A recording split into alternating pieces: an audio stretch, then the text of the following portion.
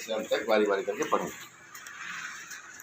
गीत संहिता 30 पर्व 1 रू 6 पर्यंत बारी बारी पढ़िया। हे यहोवा, मैं तुझे सराहूंगा क्योंकि तूने मुझे खींच कर निकाला है और मेरे शत्रुओं को मुझ पर आनंद करने नहीं दिया।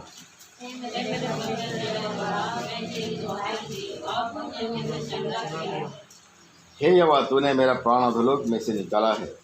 तूने मुझको जीवित रखा और कब्र में पड़ने से बचाया है।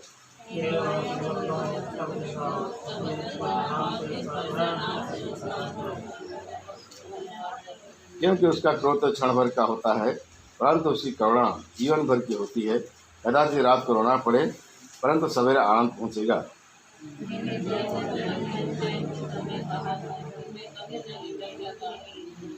हे यहोवा, अपने प्रसन्नता से तूने मेरे पहाड़ को दृढ़ और स्थिर किया है। क्या था, जब तूने अपना मुख फेर लिया तब मैं घबरा गया।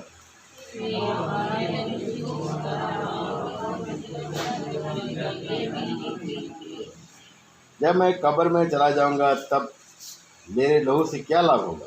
क्या मिट्टी तेरा धन्यवाद कर सकती है? क्या वह तेरी सच्चाई का प्रचार कर सकती है?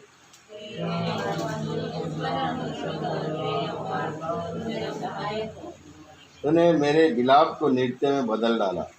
तूने मेरा टाट उतरा कर मेरी कमर में आनंद का पटुका बांधा है।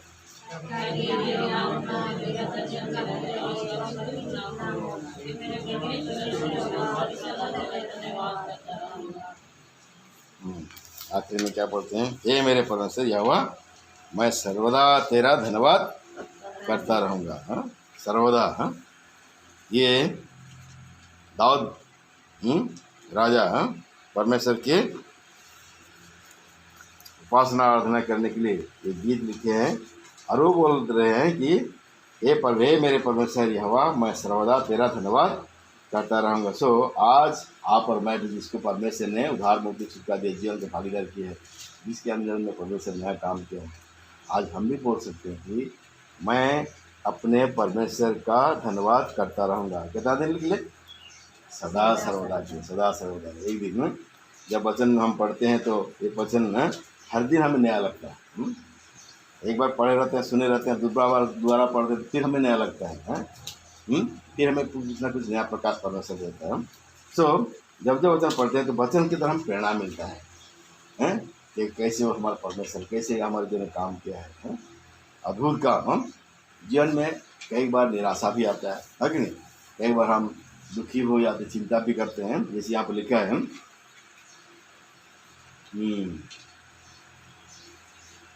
7 पद। हे यहोवा, अपने प्रसन्नता से तूने मेरे पहाड़ को दृढ़ और स्थिर किया था। जब तूने अपना मुख फेर लिया तब मैं घबरा गया। हे यहोवा, मैंने तुझी को पुकारा और यहोवा ने यहोवा से गिड़गिड़ा कर यह प्रार्थना की, जब मैं कब्र में चला जाऊंगा तब मेरे लहू से क्या लाभ होगा? क्या मिट्टी तेरा धन्यवाद कर सकती है? क्या वह तेरे सच्चाई का प्रचार कर सकती है? हे यहोवा, सुन, मुझ पर अनुग्रह कर। हे यहोवा, तू मेरा सहायक हो। तब क्या क्या बोलता है? 10 पद है। हे यहोवा, तू 11, तूने मेरे लिए विलाप को नृत्य में बदल डाला। विलाप को तो जीवन में कभी कभी कड़वाहट आता है, दुख भी आता है, देखिए निराश भी आता है। क्यों मेरे जीवन में से होता है? यहाँ जैसे पढ़ते हैं 7 पद में हम, और ऐसे लगता है कि परमेश्वर ने मुझको भूल गया है। जब मैं अपना मुख फेर लूँगा तब मैं कहता, जब तूने अपना मुख फेर लिया तब मैं क्या बोलता है? घबरा गया। घबराहट, दुख मुसीबत आने से ही वो मालूम पड़ता है कि नहीं? ऐसे सुख सुविधा में रहने से कुछ मालूम नहीं पड़ता, घबरा जाते हैं मन से, क्या करेंगे क्या नहीं करें, चिंता ऐसे होता है। ऐसे ऐसे परिस्थिति में परमेश्वर हमको लेके चलता है ताकि क्या करें? उस समय भी हम परमेश्वर के उस अनुग्रह को जानें। खाली सुख में रहेंगे, आनंद में रहेंगे तो परमेश्वर का अनुग्रह कभी हम लोग नहीं जान पाएंगे। जब दुख आएगा, तकलीफ आएगा, जीवन में कुछ असुविधा होगा, तभी हम परमेश्वर का अनुग्रह जानेंगे। इसलिए यहाँ पर जब भजन पढ़ते हैं तो इस बात को पाते हैं जब तूने अपना मुंह फेर लिया तब मैं क्या करता है, घबरा गया हैं। परमेश्वर अगर मुंह फेर लेगा तो क्या होगा, हमारे जीवन में घबराहट आएगी नहीं आएगा हैं? कुछ भी कर रहे हैं, कुछ सफलता नहीं हो रहा है हैं? कि कुछ चाह रहे हैं, कुछ भी नहीं हो रहा है, नहीं, तब क्या होता है, मन में घबराहट आता है, क्या हुआ, परमेश्वर को छोड़ दिया क्या हैं? लेकिन आगे क्या पढ़ते हैं, मैंने जब पुकारा, जब मैंने दुहाई दिया हाँ, तब तूने क्या किया मेरा हैं? तब मेरा हैं विलाप को नृत्य में बदल डाला, दुख को आनंद में, नृत्य बदल डाला मतलब क्या, आनंद में बदल डाला है। कोई चीज़ का जिसके लिए हम परमेश्वर से प्रार्थना करते हैं, जब मिलता है तो क्या होता है, हमारे जीवन में क्या होता है, एक खुशी होता है, आनंद होता है। तो विलाप को नृत्य में बदल डालने वाला कौन है, हमारा परमेश्वर। हमारे दुखीपूर्ण जीवन को आनंद में भरने वाला हमारा परमेश्वर है। यहाँ एक वचन पढ़ेंगे, देखिए आइए। हे यहोवा, मैं तुझे सराहूंगा क्योंकि तूने मुझे खींच कर निकाला और मेरे शत्रुओं को मुझ पर आनंद करने नहीं दिया। तूने मुझे खींच कर निकाला बोलता है। इसी वजह से 40 अध्याय में क्या पढ़ते थे, क्या बोलता है, जब मैं क्या था, दलदल के कीच में था। पढ़ लेंगे आइए 40 अध्याय और उसका 1 पद और 2 पद को पढ़ेंगे। से यहोवा की बात जोता रहा और उसने मेरी ओर झुककर मेरी दुहाई सुनी।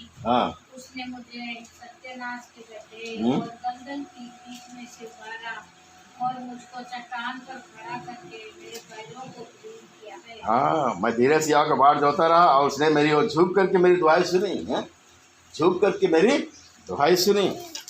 क्योंकि स्वर्ग में परमेश्वर है, परमेश्वर क्या करना, हम दुहाई कर देते हैं तो क्या करता है, उसको झुकना पड़ता है। हाँ, झुक करके दुहाई सुनी और क्या क्या बोलता है, सत्यानाश के गड्ढे अर्थात दलदल की पीछ में से क्या क्या बोलता है, दोबारा खींच करके निकाला। दलदल का कीच क्या बताता है, पाप को बताता है।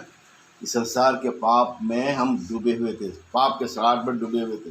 ये दलदल के कीच, जितना भी हम कोशिश करते हैं पाप से निकलने के लिए, हम निकल नहीं सकते। एक दलदल कीच जैसे होता है, उसमें जाकर एक आदमी डूब घुस जाता है तो वो खुद निकलने नहीं से, जितना भी कोशिश करके क्या करता है, दलदल घसते जाता है। ऐसे ही हम मनुष्य जाते भी पाप में ऐसे फंसे हुए थे, जिस चीज़ को हम छोड़ने के लिए कोशिश करते हैं तो क्या होता है, छोड़, एक को छोड़ेंगे तो दूसरा फंस जाएंगे, दूसरा को छोड़ेंगे तो तीसरा, ऐसे हमारे जीवन। लेकिन परमेश्वर क्या किया, वो हमें खींच करके उस दलदल की, उस पाप के सेवन को खींच करके निकाला। यहाँ एक बात हम देखें, आइए आदि पुस्तक में जेनेसिस और उसका 19 अध्याय और उसका 16 पद को पढ़ेंगे। पर वो विलम्ब करता रहा, इस पर उन पुरुषों ने उसका और उसकी पत्नी और दोनों बेटियों के हाथ पकड़े, क्योंकि यहोवा की दया उस पर थी, और उनको निकाल कर नगर के बाहर कर दिया। हाँ, एक कब का घटना है, सदम अमरा को परमेश्वर नाश करने के लिए जा रहा है और वहाँ पर स्वर्गदूत आए हैं। अब्राहम लूत के लिए प्रार्थना किया, घराने के लिए प्रार्थना किया है कि, और स्वर्गदूत वहाँ पर आए, उनको बोले कि भाई चलो यहाँ से निकल जाओ, ये सदम अमरा को हम क्या करने जा रहे हैं, नाश करने जाए, यहाँ पर आग और गंधक बरसेगा, ये सदम अमर क्या हो गया, खत्म हो जाएगा। लेकिन ये लोग क्या है, निकलना ही नहीं चाहता है, सदम अमर से लोग बाहर ना नहीं चाहता है। तो सरदूत क्या करना पड़ा, क्या करना पड़ा हैं, हाथ पकड़ करके निकाला उसको, जबरदस्ती नहीं हैं। और ऐसा हुआ कि जब उन्होंने उनको बाहर निकालता हो, उनसे कहा 16 पद ना, हाँ, पर जब विलम्ब करता रहा, उसने उन पुरुषों ने उसका और उसकी पत्नी और दोनों बेटियों का हाथ पकड़ लिया, क्योंकि यहोवा की दया उस पर थी, और उसको निकाल कर नगर से बाहर कर दिया। और आप और मैं भी ऐसे ही है, संसार को छोड़ना पसंद नहीं करते, नहीं संसार की अभिलाषा, शरीर की अभिलाषा, जीविका घमंड जो बोल पिछले सब देख रहे थे ना, हम इसको छोड़ना पसंद नहीं करते हैं। हर एक मनुष्य वो अगर फंस जाएगा ना संसार में, छोड़ना पसंद नहीं करता। परमेश्वर अगर हमको खींच के नहीं निकालता, हम निकलते नहीं। जैसे यहाँ पर देखते हैं लूत की पत्नी, दोनों बेटियाँ और लूत को, और सरदूत को क्या करना पड़ा, उसका हाथ पकड़ खींच के निकालना पड़ा, तभी वो लोग निकल सके। और ये भयानक जो सदोम अमोरा में आग और गंधक का वर्षा हुआ, बच गए। परमेश्वर का धन्यवाद दीजिए, परमेश्वर का अनुग्रह आपके ऊपर हुआ। हाँ, अगर पाप में होते तो आप नाश हो जाते, लेकिन परमेश्वर वो अदृश्य हाथ, आपका हाथ को पकड़ कर खींच के निकाला है।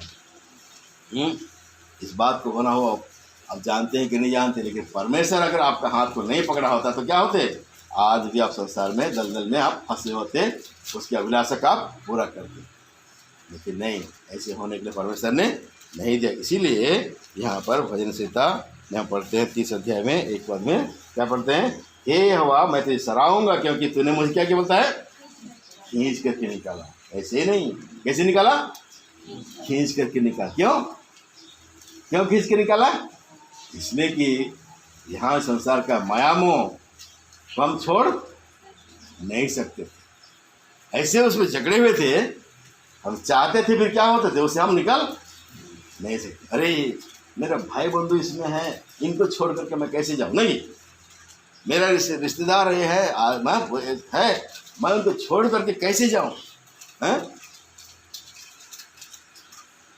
एक लोग क्या बोलते हैं, एक क्रिश्चियन लोग, छोटा जात लोग बोलते हैं ना कि ये तो विदेशी धर्म है, मैं इसको कैसे अपनाऊँ। हाँ, ये मन टू क्या होता है, ग्रहण नहीं करता है, ग्रहण नहीं करने खोजता है। हाँ? और ऐसे दशा में हम जकड़े हुए थे।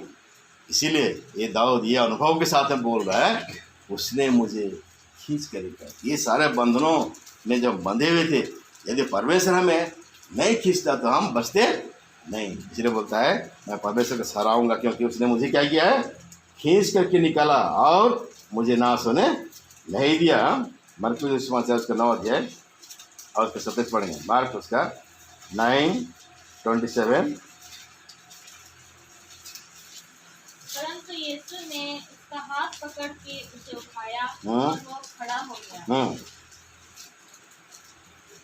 यीशु ने क्या किया, उसका हाथ पकड़ के उसे उठाया और वो क्या हो गया, खड़ा हो गया।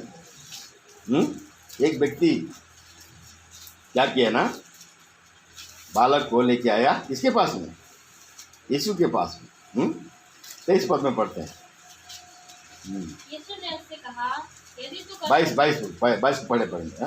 उसने इसे नष्ट करने के लिए कभी आग और कभी पानी में गिराया, हाँ। परंतु यदि तू कुछ कर सके तो हम पर तरस खाकर हमारा उपकार कर। हाँ, वो बाप बच्चे के लिए बोल रहा है यीशु को, ऐसे उसका परिस्थिति है उसके बच्चा का। हाँ, अगर तू कुछ कर सके तो क्या कर, बोलता है कुछ कर मेरा बच्चे के प्रति। कभी आग में गिरा, कभी पानी में गिरा, हम लोग बहुत कुछ कर लिया, उसका कुछ नहीं बन पा रहा है। हाँ?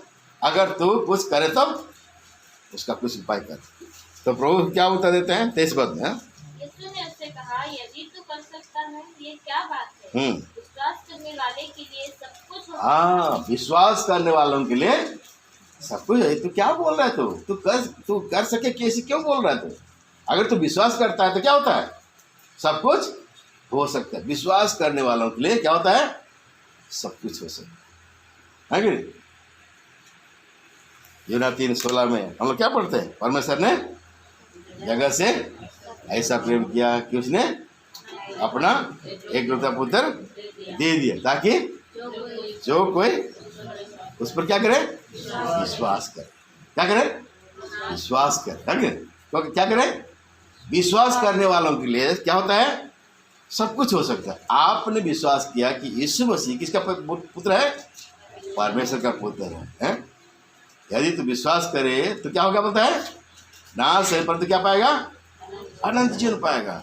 आपने विश्वास किया कि यीशु मसीह परमेश्वर का पुत्र है, विश्वास करने से कार्यकारी होता है। अगर यीशु मसीह परमेश्वर का पुत्र है जो मेरे पापों के प्रायश्चित के लिए उसने क्रूस पर बलिदान हुआ, मारा गया, गाड़ा गया, क्या हो गया, होते सीधे मृतक में से जीवित। विश्वास करने वालों के लिए सब कुछ हुआ, सब कुछ हो सकता है। और यही बात ये बच्चा के बाप को बात प्रभु से बता, तू कर सकता है, क्यों बोलता है ऐसे। विश्वास करने वालों के लिए क्या होता है, सब कुछ हो सकता है। और आगे क्या हुआ उसके बाद? पढ़िए। हाँ। बालक के पिता ने तुरंत गिड़गिड़ा कर कहा, हे हम्म। प्रभु, मैं विश्वास करता हूँ, हम्म। मेरे अविश्वास का उपाय कर।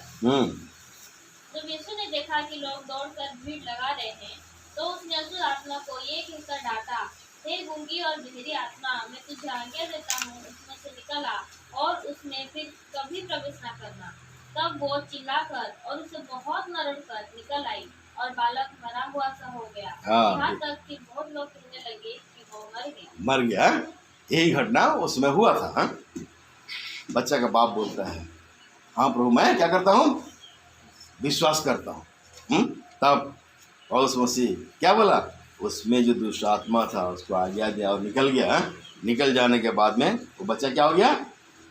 मरा हुआ सा नीचे गिर गया। सब लोग देख के चकित, क्या हुआ? बच्चा मर गया ना क्या? और उस समय 27 में हम क्या पढ़े? पौलुस मसीह उस बच्चा के हाथ को पकड़ कर क्या किया? हैं? क्या किया उसने? उठाया। हाँ? उठाया। पढ़ दिया 27 को आगे बात। परंतु यीशु ने उसका हाथ पकड़ के उसे उठाया और वो खड़ा हो गया। उठाया और क्या हो गया? खड़ा हो गया। हैं? जब कोई व्यक्ति पड़ा होता है तो क्या और करना पड़ता है? हैं? जब कोई व्यक्ति पड़ा होता है तो क्या करना पड़ता है? दूसरे को उठाना पड़ता है ना। आप और मैं भी पड़े हुए थे, पाप में मरे हुए थे। नहीं कि पिछले 2 अध्याय 1-2 में क्या पढ़ते हैं हम लोग? हम पाप में मरे हुए थे, उसने हमें क्या किया? जिलाया। उसने हमें जिलाया। हाथ पकड़ के उठाया, बच्चा को हाथ पकड़ के उठाया और उस बाप को सौंप दिया। ये हमारा परमेश्वर का काम हमारे जीवन में करता है। आप जिस दिन विश्वास करो उसी दिन परमेश्वर ने अपने हाथ आपके हाथ खींच कर क्या किया? उसको आपको उठाया। ये मत सोचिए कि आप अपने आप उठ गए हैं। अगर अपने आप उठ गए, आप में कुछ बल ताकत है तो उठ गए, ऐसे मत सोचिए। उसने हमें उठाया। हाँ? उसने हमें खड़ा किया। हाँ? और ये दाऊद का अनुभव क्या होना चाहिए? आज हमारा भी अनुभव होना चाहिए। हे यहोवा, मैं तुझे सराहूंगा क्योंकि तूने मुझे क्या किया? खींच कर क्या किया है? निकाला और मेरे शत्रुओं को मुझ पर आनंद करने नहीं दिया। हमारा शत्रु कौन है? हमारा शत्रु शैतान। जब हम विनाश में होते हैं ना, और शत्रु प्रसन्नता करता है, खुशी मनाता है। लेकिन जब उद्धार पाते हैं तो कौन कहाँ आनंद मनाता है? स्वर्ग में आनंद मनाते। कौन? परमेश्वर स्वर्गों के साथ आनंद मनाते हैं। लेकिन जब पाप में पड़े रहते हैं तो क्या होता है? शैतान आनंद मनाता है। क्योंकि शैतान नहीं चाहता कि हम स्वर्ग जाए, वो चाहता क्या? हम सब के सब कहाँ चला जाए? नरक चला जाए। शत्रु को आनंद होने नहीं दिया। यदि आज आप पाप में मरे रहते, पाप में सड़े रहते, तो आपके लिए कौन आनंद मनाता? शैतान आनंद मनाता है। उसने शैतान को संपूर्ण रीति से खुलम खुला तमाशा बना दिया ना। ये कुलसी के पत्र पढ़ता है, देखेंगे कुलसी उसका 2 अध्याय, कुलसी चैप्टर 2 और इसका पढ़ेंगे 14 है। और विधियों का वो लेख जो हमारे नाम पर और हमारे विरोध में था मिटा डाला। हाँ? और उसे क्रूस पर किलों से जड़कर सामने से हटा दिया। विधियों का लोग सब कुछ को क्या किया? किलो से जगड़ आगे। और उसने प्रधानताओं और अधिकारों को ऊपर से उतार कर उनका खुल्लम खुला तमाशा बनाया और क्रूस के द्वारा उन पर जय जयकार की ध्वनि सुनाई। हाँ, ये हमारा पौलुस मसीह के काम है, जो संपूर्ण रीति से है हमारा शत्रु, हमारा दुश्मन को क्या कर दिया? उसने खुल्लम खुला तमाशा बनाया और हमें नाश होने से बचा लिया। हम इसलिए शाम उसका 31 उसका 8 को पढ़ेंगे। ही शाम उसका 31 का 8 भजन संहिता 31 का 8 अध्याय। और तूने मुझे शत्रु के हाथ में पड़ने नहीं दिया। हाँ? तूने मेरे पाँव को चौड़े स्थान में खड़ा किया। तूने मुझको शत्रु के हाथ में पड़ने नहीं दिया और तूने मेरे पाँव को कहाँ किया? खड़ा किया बोलता है? चौड़े स्थान। हाँ, चौड़े स्थान, चौड़े स्थान। हाँ, और 40 अध्याय में क्या पढ़ते हैं हम लोग? उसने मेरे पाँव को कहाँ खड़ा किया बोलता है? चट्टान पर खड़ा किया और मेरे पाँव क्या किया? स्थिर किया। और चौड़ा स्थान, वो चट्टान कहाँ पर है? ये हैं उस मसीह हमको लेके आया, उसको कलीसिया में लेके आया है। परमेश्वर अपने कलीसिया में रख करके, अपने प्रभुता का दिन रख करके क्या करता है? हमको शत्रु शैतान के हरेक चालाकी से बचाता है और हमें क्या करता है, अपने वचन आत्मा का हमें तैयार करता है। इसलिए अपने सनातन राज के लिए वो हमको तैयार कर रहा है। एक दिन आएगा महिमा सहित हो, हमें जहाँ वो है वहाँ हमें लेके जाएगा। तो यहाँ पर हम देखते हैं वो हमें हमारे शत्रुओं पर आनंद करने नहीं दिया। शत्रु हमारे पाप में होने के कारण आनंद मना रहा था, लेकिन क्या है, वो हमें उससे छुटकारा देकर के उसका आनंद करने नहीं दिया। आगे बढ़ेंगे, आइए 2 पद को पढ़ेंगे। हे मेरे परमेश्वर यहोवा, हाँ। मैंने तेरी दुहाई दी और तूने मुझे चंगा किया है। मैंने तेरी दुहाई दी और तूने मुझे चंगा किया। मैंने तेरी क्या किया, दुहाई दी। कभी कभी हम लोग प्रार्थना करते हैं, परमेश्वर हमारी प्रार्थना सुनता है, लेकिन क्या करते हैं हम लोग, भूल जाते हैं परमेश्वर को कि परमेश्वर ने मेरा प्रार्थना सुना, मेरा दुहाई सुना। हम उसको धन्यवाद नहीं करते हैं। 10 कोड़ियों के विषय में हम बार बार सुनते हैं, हाँ कि नहीं? पड़ोस में से जा रहे 10 कोड़ी आए, हाँ हम पर दया करो बोले, हाँ तो पड़ोस में से क्या बोला, अपने तेज आत्मा को दिखा। और जाते जाते क्या हो गए, शुद्ध हो गए। उसमें से एक व्यक्ति आया, उसके चरणों में साष्टांग प्रणाम कर धन्यवाद देता है। तो पड़ोस में से उनको पूछते हैं, बाकी सब 9 कहाँ के, क्या वो लोग चंगे नहीं हुए? सवाल करते हैं, प्रभु जी हम जब दुहाई देते हैं, परमेश्वर हमारे प्रार्थना क्या करता है, वो सुनता है। 34 अध्याय, इसी वजह से 34 अध्याय निकालिए 34 और उसका 17 पद 17। धर्मी दुहाई देते हैं और यहोवा सुनता है और उनको सब विपत्तियों से छुड़ाता है। धर्मी दुहाई देते हैं, उनको सब विपत्तियों से क्या करता है, वो छुड़ाता है। सब विपत्तियों से क्या करता है, उनको छुड़ाता है। ये नहीं कि आप दुहाई देते हैं, परमेश्वर आपके दुहाई को नहीं सुनता, आपके प्रार्थना को नहीं सुनता, ऐसे नहीं है। धर्मी दुहाई देते हैं और क्या करता है, उनको दुहाई को परमेश्वर सुनता है और उनको क्या करता है, सब विपत्ति से, एक नहीं, क्या लिखा है, सब विपत्ति से छुटकारा देता है। क्या परमेश्वर ऐसे परिस्थिति में आपको लेके गया है, आपने परमेश्वर को दुहाई दिया है, परमेश्वर ने आपकी दुहाई को सुना, परमेश्वर से आपने प्रार्थना किया है, परमेश्वर से प्रार्थना करने के द्वारा परमेश्वर ने आपको प्रार्थना सुना है, तो आप भी कह सकते हैं, हाँ प्रभु मैंने दुहाई दी, प्रभु मैंने प्रार्थना की, प्रभु मुझे ऐसे विपत्ति से बचाए, ऐसे रोगों से बचाए, ऐसे परिस्थितियों से बचाए, मैं धन्यवाद देता हूँ। यही तो है धन्यवाद, परमेश्वर को प्रशंसा करना। परमेश्वर से आप प्रार्थना किया, परमेश्वर आपको सुना है। जब आपको सुना, आपको धन्यवाद देना, हाँ प्रभु मैंने ऐसी परिस्थिति मेरे जीवन में, हर एक के जीवन में अलग अलग परिस्थिति हो सकता है। ये नहीं कि मेरा जीवन जो परिस्थिति है आपके जीवन में वही हो सकता है, ऐसे मतलब नहीं है। आपके जीवन में अलग परिस्थिति हो सकता है, मेरे जीवन में अलग, भाई का जीवन में हो सकता है। हर एक के जीवन में कुछ न कुछ परिस्थिति आता है, समस्या आता है, विपत्ति आती है। लेकिन जब परमेश्वर दुहाई देता है, परमेश्वर को हम दुहाई देते क्या करता है, वो परमेश्वर हमारे दुहाई को सुन करके उस विपत्ति से हमको बचाता है। आगे पढ़ लीजिए उसी का सामान, इसका आगे निकल जाएंगे। हे यहोवा, तूने मेरा प्राण अधोलोक में से निकाला है। तूने मुझको हाँ, दो पद, हाँ परमेश्वर ने यहोवा, मैंने तेरी दुहाई दी और तूने मुझे क्या क्या बोलता है, चंगाई किया है। मैंने दुहाई दिया, तूने मुझे चंगा किया है। ओ हमारे हर प्रकार के दुखों को, हर प्रकार विपत्ति से, हर प्रकार रोगों से वो चंगा करने वाले ईश्वर हमारे रोगों को क्या करता हो, चंगा। केवल ना रोगों को चंगा करता है, पर क्या है, हर परिस्थिति में वो हमारा सहायता करने वाला परमेश्वर है। हर एक विपत्ति से उनको बचाने वाला ईश्वर भी है। यहाँ ही वचन पढ़ेंगे साम 6 का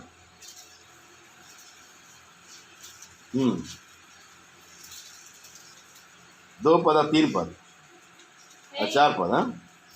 हे यहोवा, मुझ पर अनुग्रह कर, क्योंकि मैं कुंभला गया हूँ। हे यहोवा, मुझे चंगा कर, क्योंकि मेरी हड्डियों में बेचैनी है। मेरा प्राण भी बहुत खेदित है। पर तू हे यहोवा कब तक लौट आ। हे यहोवा, और मेरे प्राण बचा, अपनी करुणा के निमित्त मेरा उद्धार कर। आगे, क्योंकि मृत्यु के बाद तेरा स्मरण नहीं होता, अधोलोक में कौन तेरा धन्यवाद करेगा। बस यहाँ हम लोग देखते हैं, मुझ पर अपना अनुग्रह कर, क्योंकि मैं क्या हो गया बोलता है, कुंभला गला, मुरझा गया हूँ। नहीं मेरी हड्डियाँ में क्या हो गई है, बेचैनी आ गई है। परमेश्वर हमारे बेचैनी को जानता है, हमारी परिस्थितियों को जानता है। कई कैसी परिस्थिति होते हैं हम बेचैन हो जाते हैं, हम मुरझा जाते हैं, हमारे जीवन में आनंद नहीं रहता है, हमारे जीवन में खुशी नहीं रहता है। ये नहीं कि केवल रोग के कारण बेचैन, परिस्थिति भी ऐसी हमारे जीवन में आता है जिसके कारण हम क्या होते हैं, बेचैन हो जाते हैं, हमारा जीवन मुरझाए से हो जाता है? और यही बात है 6 अध्याय में भजन संहिता पढ़ते हैं, भूत में देना। और यही बात है या भजन संहिता 30 में भी बात पढ़ते हैं, हे परमेश्वर यहोवा, मैंने तेरी दुहाई दी और तूने मुझे क्या किया, चंगा किया। इसका मतलब नहीं कि केवल रोग से चंगा किया है, बल्कि क्या है, हमारे जीवन में जो क्या होता है, कई परिस्थिति आता है जिसके कारण हम क्या हो जाते हैं, दुखी हो जाते हैं, निराश हो जाते हैं, हमारा चेहरा उतर जाता है। लेकिन जब परमेश्वर से प्रार्थना करते हैं तो सारे परिस्थितियों को परमेश्वर क्या करता है, दूर करता है। सारे परिस्थितियों पर हमें क्या करता है, विजय देता है। और इसी रीति से हम परमेश्वर के उस अनुग्रह को हर दिन नया होते हुए देखते हैं और परमेश्वर को धन्यवाद करते हैं। 3 पद को पढ़ेंगे आज। हे यहोवा, तूने मेरा प्राण अधोलोक में से निकाला है। तूने मुझको जीवित रखा और कब्र में पड़ने से बचाया है। हाँ, हे यहोवा, तू मेरा प्राण अधोलोक में से निकाला है, तूने मुझको जीवित रखा और कब्र में पड़ने से क्या है, बचाया है। कई लोग इस बात को नहीं समझते हैं कि परमेश्वर किसी रीति से हमारा प्राण को अधोलोक में से निकाला। अधोलोक जहाँ पर प्राणी पहुँच करके वहाँ मरता नहीं, बल्कि क्या है, वहाँ पर तड़पता है। वहाँ पर क्या है, दुख है, क्लेश है, ऐसे भयानक आग है, वहाँ कीड़े नहीं मरते बोलता है। केवल क्या है, वहाँ पर दुख और क्लेश ही है। परमेश्वर इस संसार में जब तक हम रखे हैं, परमेश्वर हमें संसार में जब तक हमें यहाँ रखे हैं, हमारे जीवन में कई प्रकार के दुख और क्लेश आता है। ये संसार हमारे लिए अधोलोक नहीं है, बल्कि क्या है, अधोलोक के तरह हमारे जीवन में कई परिस्थिति आती है जो हमें क्या करता है, निराशा करता है, हमें दुखी करता है, हमारे जीवन में कड़वाहट लेके आता है। लेकिन जब उद्धार पाते हैं तो हमारे जीवन में क्या करते हैं, इन सारे परिस्थितियों पर से विजय देता है। संसार के लोग देखते हैं उनके पास सब कुछ है, लेकिन कहीं भी उनके अंदर में शांति नहीं, आनंद नहीं है, खुशी नहीं। उनके जीवन में जो जो चीज़ का जरूरत है सब कुछ है, लेकिन हृदय में आनंद नहीं, शांति नहीं। क्यों? इसलिए कि उनके अंदर में परमेश्वर को उपस्थिति नहीं। परमेश्वर जिसके अंदर में वास करता है उसका जीवन आनंद से भरा होता है। हे यहोवा, तूने मेरे प्राण को अधोलोक में से क्या क्या बोलता है, निकाला है बोलता है। मैं चेता उसका पढ़ेंगे हम 83 अध्याय में। मैं चेता 83 एक देते मैं चेता उसका 86 में पढ़ेंगे। 86 अध्याय 2 पद को पढ़ेंगे। मेरे प्राण की रक्षा कर, क्योंकि मैं भक्त हूँ। तू मेरा परमेश्वर है, इसलिए अपने दास का जिसका भरोसा तुझ पर है उद्धार कर। इन पर हे प्रभु, मुझ पर अनुग्रह कर, क्योंकि मैं तुझी को लगातार पुकारता रहता हूँ। हाँ, मेरे प्राण की रक्षा कर, क्योंकि मैं भक्त हूँ। तू मेरा परमेश्वर है, इसलिए अपने दास का जिसका भरोसा तुझ पर है क्या बोलता है, उद्धार का है। प्राण की रक्षा कर बोलता है, प्राण की रक्षा कर। ये जब कड़वाहट जीवन में आता है, संसार के नाना प्रकार परिस्थिति संकेती जब आता है, ये हमारे जीवन में क्या है, अधोलोक की तरह लगता है। अधोलोक में कोई गया नहीं है, मरने के बाद ही अधोलोक में जाएंगे नहीं। जो प्रभु को उद्धार करता नहीं ग्रहण किया है, क्या है वे, उनके लिए वो अधोलोक रखा है। लेकिन क्या है, जो उद्धार नहीं पाए हैं उनका जीवन अधोलोक में जीवन जीने की तरह लगता है। इसलिए दाऊद यहाँ पर बोलता है, तू मेरे प्राण की क्या बोलता है, रक्षा कर, क्योंकि मैं तेरा भक्त हूँ, तेरा भक्त हूँ। आप और मेरे जीवन में हो ना हो ऐसे परिस्थिति आया है कि नहीं है, बन क्या बोलता है परमेश्वर इन सारे बातों से भी हमको बचा कर रखा है, इन सारे बातों से भी हमको बचा कर रखा है? और हमारे प्राण को नाश होने से बचा के हमें क्या रखा है बोलता है जीवित रखा है, जीवित रखा है और कब्र में पड़ने से बचा लिया है। यदि हम आज नाश हो जाते, परमेश्वर को पास ना रखना हम नहीं कर सकते हैं। ऐसा है उसका एक वचन पढ़ेंगे ये 42 अध्याय में, ऐसा है उसका 42 42 अध्याय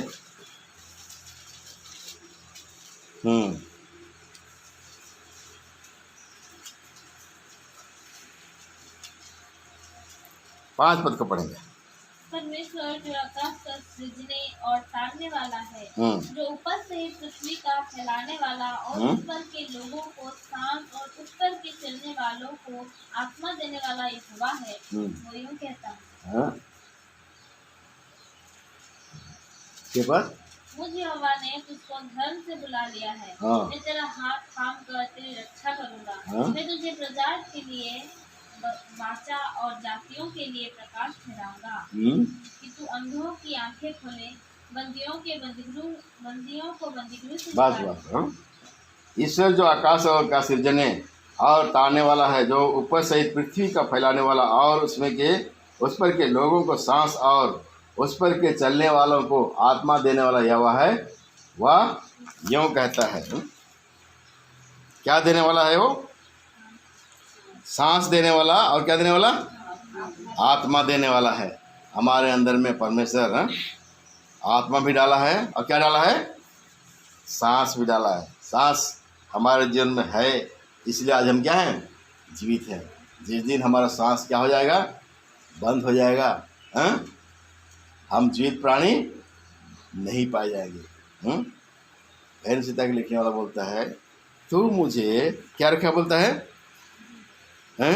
तूने मुझको जीवित रखा और कब्र में पड़ने नहीं दिया। मुर्दा परमेश्वर का महिमा नहीं कर सकते, जीवित हाँ जीवित ही परमेश्वर का क्या करते हैं? महिमा करते हैं। दो तरह के मुर्दा, एक तो आत्मिक रीति से मुर्दा, दूसरा क्या है? शारीरिक रीति से मुर्दा। जो पाप में पड़े हुए हैं वे आत्मिक रीति से क्या हुए? मरे हुए हैं। और जो शरीर में मर गए हैं वो तो क्या हो गए?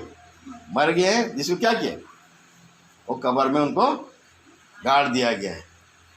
दो तरह के मुर्दे, जो पाप में मरे हैं आत्मिक से मरे हुए हैं, और जो शरीर में मर गया मतलब कब्र में डाले। परमेश्वर को धन्यवाद दीजिए कि परमेश्वर आपको आत्मिक रीति से भी जिलाया है और शारीरिक रीति से मध्य जिलाया है। आत्मा भी आपके अंदर में डाला है और सांस भी आपके अंदर में डाला है। वो आत्मा का देने वाला परमेश्वर भी है और क्या है? वो सांस देने वाला परमेश्वर। हवा को कोई देखा है? हवा को कोई देखता है क्या? नहीं देखता। अनुभव करते नहीं, आता है तो वहाँ चलता है सांस। अभी हमारा भाई उधर गया था मुन्ना भाई के साथ में सेवा के लिए, वचन देख रहे थे, बैठा हुआ था बगल में, वचन सुन रहा है, उल्लू करके गिर गया। देखो देखो देखो बोलता है, तो क्या करेगा? पानी उन्हें दो, पानी उन्हें मुंडी में पानी उन्हें दिया। उसके बाद में क्या करता है? सांस चल रहा है कि नहीं चल रहा देखता है, देखता है तो सांस बंद हो गया। तो भाई हमको फ़ोन करता है, भाई जैसे से हो गया क्या करेंगे? बोलते हैं भाई ऐसे हो गया तो क्या करना है? भाई काम करो, एम्बुलेंस बुलाओ। एम्बुलेंस बुलाया, हाँ कि नहीं? डॉक्टर का तो सर्टिफिकेट चाहिए ना, डेथ सर्टिफिकेट नहीं, एम्बुलेंस लेके जाओ। और डॉक्टर के पास लेके गया, डॉक्टर भी नाड़ी देखता है, नाक में सांस चल रहा है कि नहीं चला। तो नाक के पास उंगली लेंगे तो पता चलता है ना सांस चल रहा है कि नहीं चल रहा। अगर सांस नहीं चल रहा मतलब नहीं चल रहा मतलब क्या है? खत्म नहीं की। तो मनुष्य के अंदर में ये सांस का भी जरूरी है। आत्मिक से जीवन जीत रहने के लिए आत्मा का भी जरूरत है। तो हमारा परमेश्वर आत्मा भी देने वाला है और क्या है? सांस का देने वाला परमेश्वर। आत्मिक रीति से भी जीवित रखा है और क्या है? शारीरिक रीति से भी जीवित रखा है, जिसके कारण आज आप उसके चरणों में पाए जाते हैं, उसका क्या करते हैं? उपासना आराधना करते हैं। कितना महान परमेश्वर है, हमारे लिए चिंता करते हैं। हम सोचते हैं हम स्वस्थ हैं अपने आप से, हैं? ऐसे नहीं होता है। जब तक परमेश्वर आपके अंदर में वो सांस नहीं देगा, खत्म। एक पल भी जिस चीज़ को हम देखते नहीं है वो परमेश्वर हमें मुफ्त में देता है। उसी क्या है वो सांस है। आगे इसके लिए परमेश्वर पैसा लेता है क्या? डॉक्टर में जाएंगे तो ऑक्सीजन के लिए पैसा लगता है नहीं, लेकिन हमारा परमेश्वर क्या करता है? मुफ्त में ऑक्सीजन देता है कि नहीं देता है? उसके लिए कोई पैसा नहीं लेता है। लेकिन हम परमेश्वर को धन्यवाद नहीं करते हैं। वो तुम मुझको जीवित सांस दिया है कि नहीं, जिस कारण मैं जिंदा हूँ।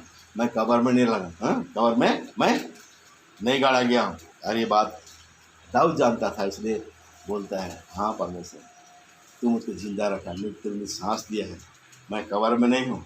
और कब्र में चला जाता तो मैं तेरा धन्यवाद नहीं कर सकता। तो मुझे जीवित रखा है, इस रीति से जीवित रखा है, आत्मिक रीति से भी जीवित रखा है, और क्या है शारीरिक रीति से जीवित रखा है। जिस कारण मैं प्रभु आप तेरा धन्यवाद करता हूँ। आगे पढ़ेंगे आइए 4 पद। हे यहोवा के भक्तों, उसका भजन गाओ और जिस पवित्र नाम से उसका स्मरण होता है उसका धन्यवाद करो। हाँ, हे यहोवा के भक्तों उसका भजन गाओ और जिस पवित्र नाम से उसका स्मरण होता है उसका धन्यवाद करो। हम यहोवा के भक्त हैं। यहोवा के भक्तों के विषय में यहाँ यहोवा के भक्तों के विषय में यहाँ बोला गया है।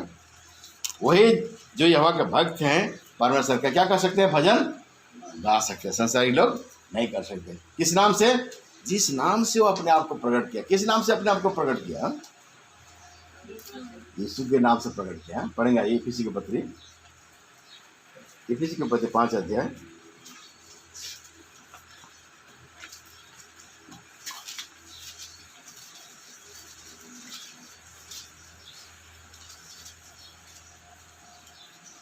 पढ़ लीजिए।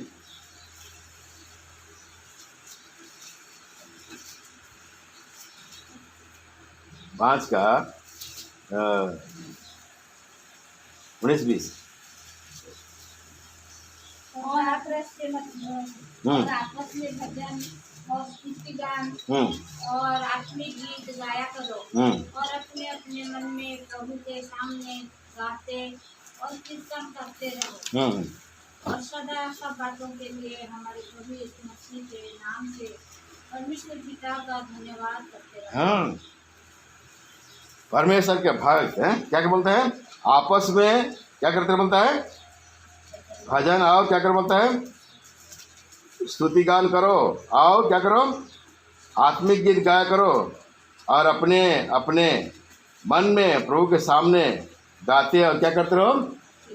कीर्तन करते रहो और सदा सब बातों के लिए हमारे प्रभु यीशु मसीह के नाम से पिता परमेश्वर का क्या कर बोलता है? धन्यवाद करो। किस नाम से? प्रभु यीशु मसीह के नाम से पिता का धन्यवाद करते रहो। कौन सा गीत गाते हुए? आत्मिक गीत गाते हुए। आत्मिक गीत गाते हुए पिता परमेश्वर का धन्यवाद करो। किस नाम से? प्रभु यीशु मसीह के नाम से। ये भजन के लिखने वाला क्या बोलता है? जिस नाम से उसका क्या होता है? जिस नाम से उसका क्या होता है? स्मरण होता है। जिस नाम से उसका स्मरण होता है उसका क्या करो? धन्यवाद करो। किस नाम से उसको स्मरण करते हैं? यीशु मसीह के नाम से स्मरण करते हैं। पिता परमेश्वर अपना नाम को प्रभु यीशु मसीह के नाम में प्रकट किया उसने। पहले से वही स्मरण कर दिया। मरियम के पास आके शब्द क्या है? तुम्हें एक बेटा जन्म देगी, उसका नाम क्या रखना? यीशु रखना। वो उनके लोगों से क्या करेगा? पापों से क्या करेगा? वो छुटकारा देगा। वो यीशु नाम से तो उसको धन्यवाद करना। और पहला तिमोथी में पढ़ लेंगे। आइए पहला तिमोथी की पत्री में, पहला तिमोथी की पत्री उसका 2 अध्याय 5, 1 तिमोथी 2:5। क्योंकि परमेश्वर एक ही है हाँ। और परमेश्वर और मनुष्य के बीच में भी एक ही विषय है, हाँ। अर्थात मसीह यीशु हाँ। मनुष्य है। परमेश्वर एक है और परमेश्वर और मनुष्य के बीच में भी एक ही विषय है। एक ही विषय है कि नहीं? परमेश्वर एक है। अब विषय करता कौन है? एक है। और कौन है वो? प्रभु यीशु मसीह है। इसीलिए उस यीशु मसीह के नाम से क्या बोलता है? पिता परमेश्वर को क्या करो, धन्यवाद करो। इसलिए जब आराधना करते हैं तो क्या करते हैं, आखिर में क्या बोलते हैं, यीशु मसीह के नाम से आमीन। यीशु मसीह को परमेश्वर हमारे लिए क्या ठहरा है, विश्वाई करता था, मीडिएटर ठहरा है। हम क्या है, उसी यीशु के नाम से पिता परमेश्वर धन्यवाद है। इसलिए भजन के लेखन क्या बोलता है, जिस नाम से क्या करता है उसका स्मरण होता है, उसी के नाम से तुम क्या करो, परमेश्वर को धन्यवाद करो। यह हुआ नेशनल वाले लोग हैं, वो क्या करते हैं, यीशु मसीह को इम्पोर्टेंस नहीं देते, केवल यहोवा मानते हैं। और कई लोग हैं क्या हैं, जीसस ओनली वाले लोग हैं, क्या करते हैं, केवल जीसस और यहोवा परमेश्वर को नहीं मानते। नहीं, और एक ग्रुप है क्या है, केवल पवित्र आत्मा को मानते हैं, यहोवा परमेश्वर को नहीं मानते हैं, जीसस को नहीं मानते, मतलब उतना इम्पोर्टेंस नहीं देते हैं जितना वो पवित्र आत्मा को इम्पोर्टेंस देते हैं। वो त्रिएक परमेश्वर है, पिता पुत्र पवित्र आत्मा। लेकिन उस मसीह को परमेश्वर, मनुष्य और परमेश्वर के बीच में एक क्या कर दिया, वो निश्चय करता ठहरा है, एक क्रम ठहरा है। अब पिता परमेश्वर के पास किसके जरिए जा सकते हैं, उस मसीह के जरिए है, एक बिचवाई करता, मनुष्य और परमेश्वर के बीच में एक बिचवाई करता ठहराया परमेश्वर, वो यीशु मसीह है। उसी के नाम से तुम धन्यवाद कर सकते हो, उसी के नाम से तुम प्रार्थना कर सकते हो। ऑफिस में जाते हैं तो बड़ा बड़ा ऑफिस में क्या करते हैं, बड़ा बड़ा ऑफिसर अंदर बैठे रहता है, बाहर में कौन रहता है, पेड़ रहता है ना। हाँ, मिलना है तो क्या करते हैं, एक लिख के देते हैं पर्चा में, मिलना है वो लेके जाते हैं। फिर ऑफिसर क्या करते हैं, हाँ ठीक है उसको बुलाओ, तब क्या करते हैं, जाते हैं और डायरेक्ट घुस जाते हैं। क्या करता है, तुम कहाँ, कौन है, कहीं निकालो, बोलते कि नहीं बोलते। तो हमारा परमेश्वर तो इसे नहीं करता है, ये तो संसारिक नियम है नहीं है, लेकिन फिर भी परमेश्वर अब वचन के द्वारा नियम बनाया है। क्या बनाया है, मनुष्य और परमेश्वर के बीच में क्या है, एक विजय करता परमेश्वर है। और इसी बात को दाऊद भी अपने आत्मा के द्वारा पहले से जान गया था, इस बात को परमेश्वर पहले से ही इस बात को दाऊद को समझ में दे दिया था। इसीलिए दाऊद ये वचन लिख रहा है, क्या है, जिस नाम से उसका क्या होता है, स्मरण होता है, क्या करो, उसका धन्यवाद करो बोलता है। वो नाम कौन है, यीशु नाम है। इसीलिए हम यीशु नाम से परमेश्वर पिता का हम धन्यवाद करें, उसको पासना है। आगे बढ़ेंगे।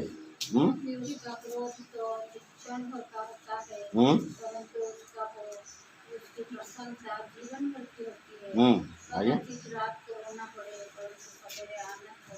हाँ, उसका क्रोध तो क्षण भर का होता है, परंतु उसकी प्रसन्नता क्या है, बोलता है जीवन भर का होता है। कदाचित रात को रोना पड़े, क्या होता है, सवेरा आनंद हो ना हो हमारे जीवन में है। कभी कभी है रोना पड़ता है, दुख आता है, मुसीबत आने के कारण हम निराश आते हैं, लेकिन क्या बोलता है, हर पल हर क्षण ऐसे नहीं रहता है हमारे जीवन में। कदाचित रात को रोना पड़े, परंतु सवेरे क्या पहुँचेगा, बोलता है आनंद पहुँचेगा। आनंद, परमेश्वर हमें हर समय दुख नहीं देता है, हमारे जीवन से दुख आने नहीं देता है वो। हाँ, जब तक संसार में है तकलीफ आएगा, रोग दुख व्याधि आएगा, परिस्थिति भिन्न परिस्थिति हम गुजरेंगे, लेकिन क्या बोलता है परमेश्वर, उसके पीछे क्या रखा है, एक आनंद रखा है।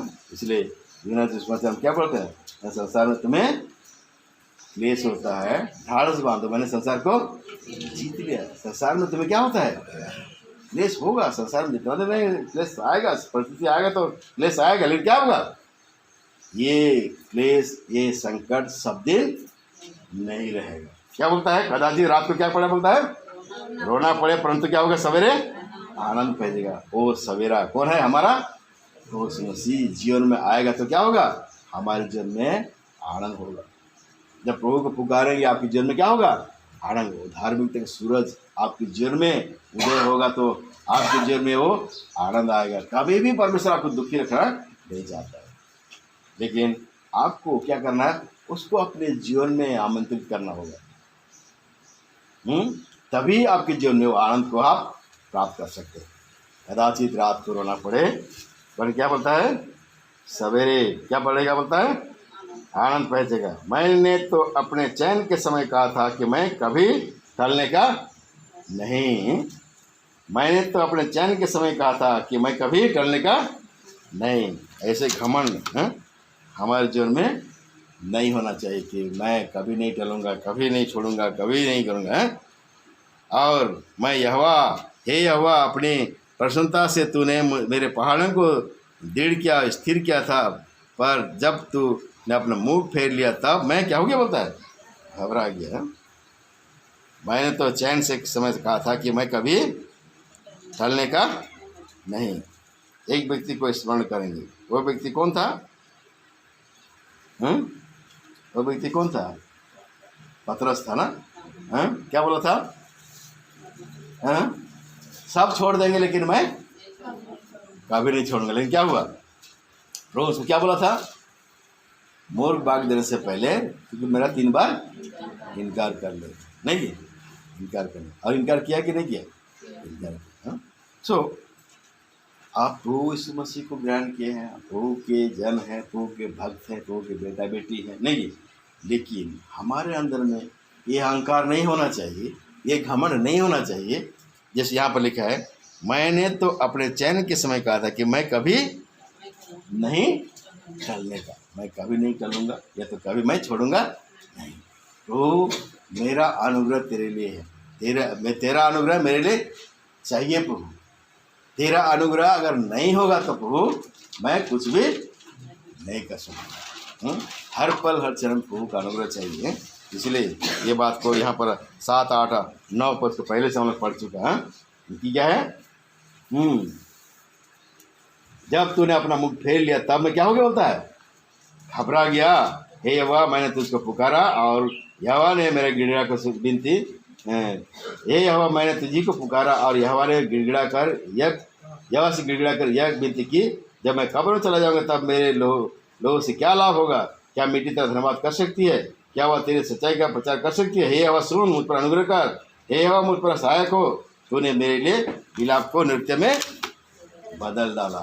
अपने आप को जब हम नम्र करते हैं, दीन करते हैं, तो हमारे विलाप को वो क्या करता है, नृत्य में बदल लाता है। लेकिन जब हमारे मन में हम सोचते हैं 6 पद को, तब हम गलती करते हैं कि मैं नहीं टलूँगा, मैं नहीं गिरूँगा, मैं नहीं छोड़ूँगा। ऐसी बात नहीं। मन क्या है, हर पल हर क्षण परमेश्वर के सामने नम्र बनना है, दीन बनना है, परमेश्वर को दुहाई देना है।